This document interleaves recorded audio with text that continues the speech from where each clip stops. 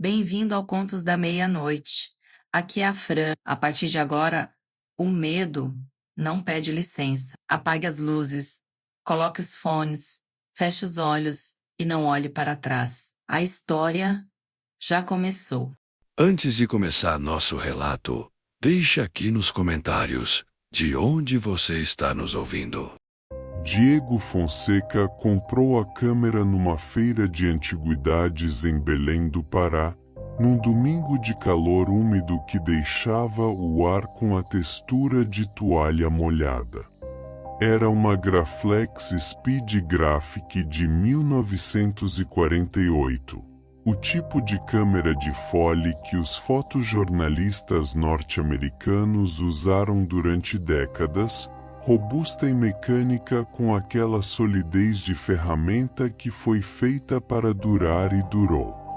O vendedor era um senhor de 80 e poucos anos que dizia ter herdado a câmera do avô e que estava vendendo porque os filhos insistiam que precisava desobstruir o apartamento. Pediu um preço baixo demais para o estado de conservação do equipamento, e Diego, fotógrafo de formação e de vocação, que entendia de câmeras antigas o suficiente para saber que aquela peça valia 3 ou 4 vezes o pedido, pagou sem pechinchar, com a culpa levemente agradável de quem fez um bom negócio sem trapacear. O senhor, enquanto embrulhava a câmera em papel de jornal, disse algo que Diego registrou na memória, mas não processou imediatamente. Ela tem uma preferência. Você vai entender o que eu quero dizer. Diego assentiu com aquela concordância educada que se usa com idosos que dizem coisas crípticas sobre objetos antigos. A concordância que significa entendi, mas quer dizer que curioso. Levou quase um mês para entender o que o senhor havia dito. Diego trabalhava como fotógrafo freelance para veículos de comunicação do norte do país, jornais, revistas, portais de notícias, e tinha um estilo marcado pela atenção ao cotidiano, as pessoas comuns em seus ambientes naturais, as texturas da vida urbana periférica que os fotógrafos do eixo Rio-São Paulo tendiam a romantizar quando retratavam e que ele, tendo nascido e crescido em Belém, retratava com aquela intimidade que é o oposto da romantização. Suas fotografias tinham uma presença física. As pessoas nelas pareciam reais de um modo que as tornava quase desconfortáveis, porque a câmera de Diego não embelezava nem dramatizava, apenas mostrava. Com a Graflex, começou a fotografar por prazer, fora das atribuições profissionais. A câmera usava filme fotográfico. Ele precisou buscar fornecedores de película, aprender novamente o ritmo mais lento do analógico, a disciplina de cada disparo contado. Fotografou o mercado veropeso ao amanhecer, os barcos no porto, as crianças do bairro de Jurunas jogando bola no campinho de várzea. As fotos reveladas eram belas, com aquela qualidade de grão e tonalidade que o digital não réplica completamente, com uma profundidade que parecia vir do próprio processo químico de fixar a luz no papel. Mas havia algo estranho nas fotos. Não em todas, na maioria, nada. Mas em algumas, ao revelar o filme, ele encontrava figuras que não havia fotografado. Na primeira vez, achou que era defeito do filme, uma dupla exposição acidental, alguma falha no mecanismo de transporte. A figura extra era vaga, translúcida, No canto esquerdo de uma foto do mercado, vagamente humana, mas sem definição suficiente para dizer mais que isso. Descartou aquela foto, fez anotações sobre verificar o mecanismo.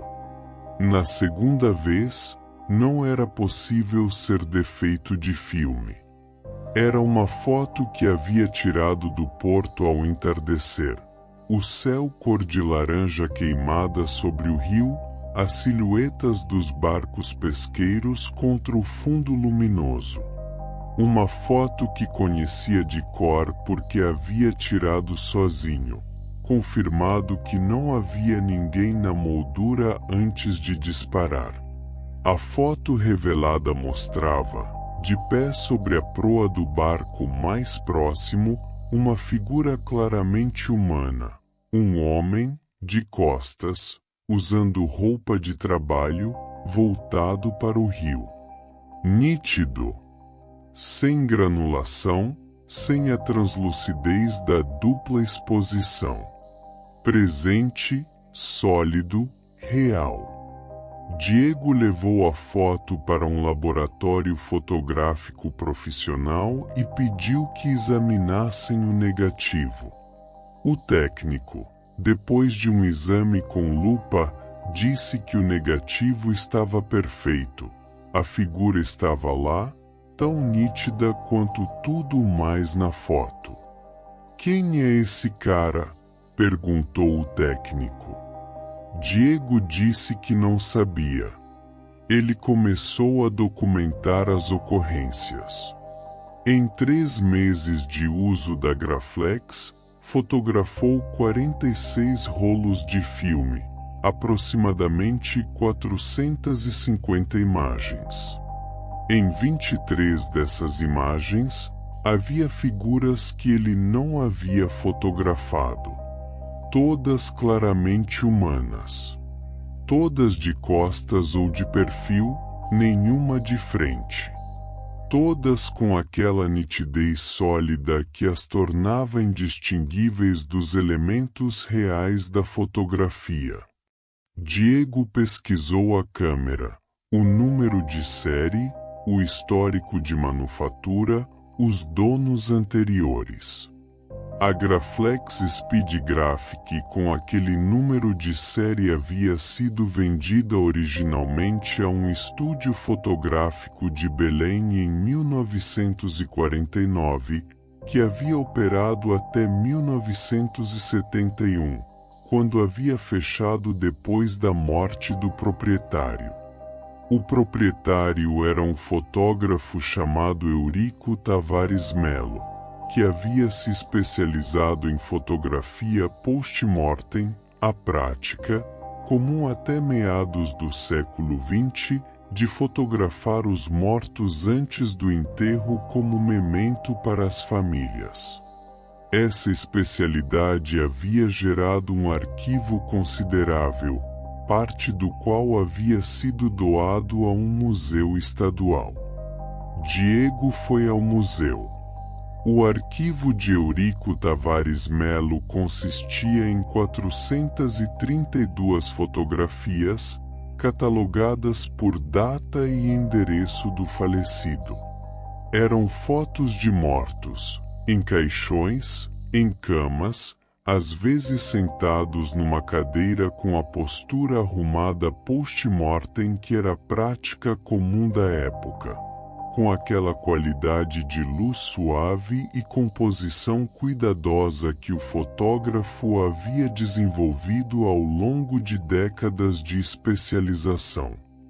Diego examinou as fotos uma por uma, com luvas de algodão fornecidas pelo arquivo. Em 41 das fotos de Eurico Tavares Melo, havia figuras extras. Figuras de pé, em segundo plano, que claramente não eram parte da cena principal, de costas ou de perfil, sólidas, nítidas. Às vezes uma, às vezes 2 ou 3. Em algumas fotos, A figura extra estava tão próxima do falecido que parecia estar olhando para ele. Diego tirou uma foto das fotos do arquivo com o celular. Era proibido, mas o arquivista havia saído. Voltou para o ateliê e comparou. Havia figuras que apareciam em fotos do arquivo de Eurico Tavares Melo e em fotos suas. As mesmas. Identificáveis pela postura, pela roupa, pelo ângulo específico de cada figura. As mesmas figuras, aparecendo em fotografias tiradas com décadas de diferença, com a mesma câmera. Naquela noite, Diego colocou a Graflex na caixa de papelão original que havia encontrado no fundo do armário do ateliê, selou com fita adesiva, foi até a margem do rio Guamá e atirou a caixa na água. Ficou olhando até que a caixa afundou. No dia seguinte, foi até a feira de antiguidades onde havia comprado a câmera.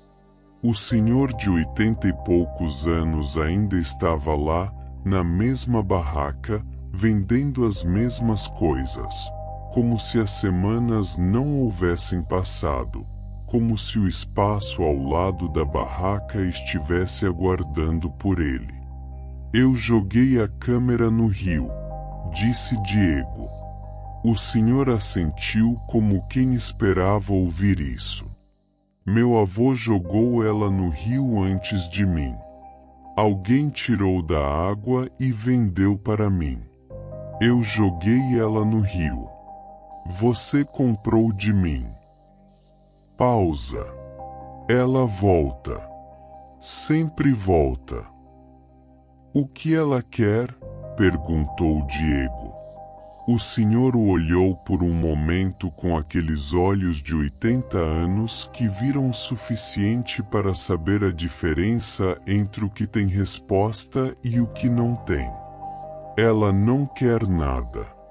Ela apenas vê. Pausa. O problema não é a câmera. O problema é que o que ela vê não deveria ser visto. Diego nunca mais usou câmeras analógicas.